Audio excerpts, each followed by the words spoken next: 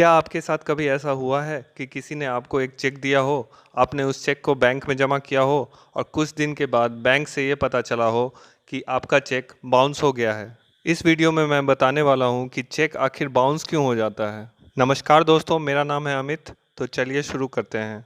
Cheque bounce हो जाने के कई सारे रीजंस हो सकते हैं, लेकिन जो 6 मुख्य रीज़न है उसके बारे में मैं आपको बताने वाला हूँ। जो सबसे पहला मेन रीज़न है वो है इनसफिशिएंट फंड्स।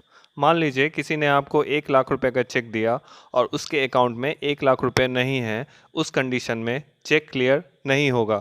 लेकिन चूंकि चेक को बैंक में प्रस्तुत किया गया है और बैंक का समय इन्वॉल्व है उसमें, इसलिए दोनों पार्टी के अकाउंट से एक नॉमिनल पेनल्टी चार्ज काटा जाएगा बैंक के द्वारा। इनसफिशिएंट फंड्स की वजह से अगर चेक बाउंस होता है तो जो रिसीवर है चेक का, उसके पास ये लीगल राइट्स है कि जिसने चेक उसे दिया है उसके अगेंस्ट लीगल एक्शन ले सके और इसमें क्रिमिनल केस तक बनता है।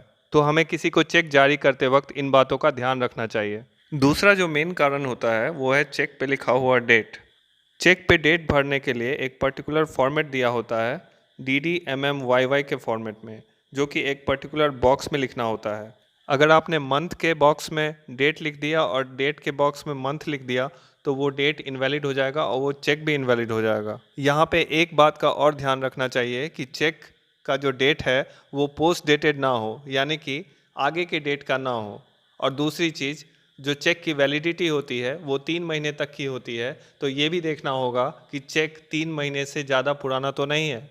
इन तीनों में से अगर कोई भी गलती चेक पे पाई गई तो चेक को ऑनर नहीं किया जाएगा और उसे डिसऑनर करके वापस कस्टमर को दे दिया जाता है। तीसरा जो रीज़न है चेक बाउंस होने का वो है सिग्नेचर मिसमैच। ये बहुत ही कॉमन रीज़न है जिसकी वजह से चेक बाउंस होता है इंडिया में।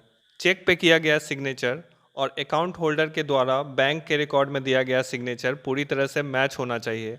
अगर ऐसा नहीं हुआ तो चेक को डिसऑनर कर दिया जाएगा। यहाँ पे एक चीज़ और ध्यान में रखनी है कि चेक के नीचे में जो उजली पट्टी होती है, सिग्नेचर उस पर बिल्कुल भी नहीं होना चाहिए, बल्कि जहाँ पे सिग्नेचर का जगह दिया गया है बिल्कुल वहीं पे सिग्नेचर होना चाहिए। इसीलिए हमें चेक इशू करते वक्त सिग्नेचर का सही होना और सही जगह पे होना ये ज़रूर निश्चित कर लेना चाहिए। चौथा जो रीज़न है वो है difference in amount in words and number. Check पे जो अमाउंट भरा जाता है वो 2 जगह पे भरा जाता है। एक जगह वर्ड्स में लिखा जाता है और दूसरी जगह नंबर्स में। तो इन दोनों अमाउंट में कोई डिफरेंस नहीं होना चाहिए। अगर दोनों जगह लिखे अमाउंट में अगर डिफरेंस है तो चेक डिसऑनर कर दिया जाएगा। मान लीजिए वर्ड्स में लिखा गया है 1000 ओनली और नंबर में लिखा गया है 10,000, तो इस कंडीशन में चेक डिसऑनर कर दिया जाएगा। जो पांचवा रीज़न है चेक डिसऑनर होने का वो है डैमेज्ड चेक। अगर चेक किसी भी तरह से डैमेज्ड है, मुड़ा हुआ है, दाग लगे हुए हैं कई सारे चेक पे, या फटा हुआ है कहीं से भी, तो उस कंडीशन में चेक को डिसऑनर कर दिया जाता है।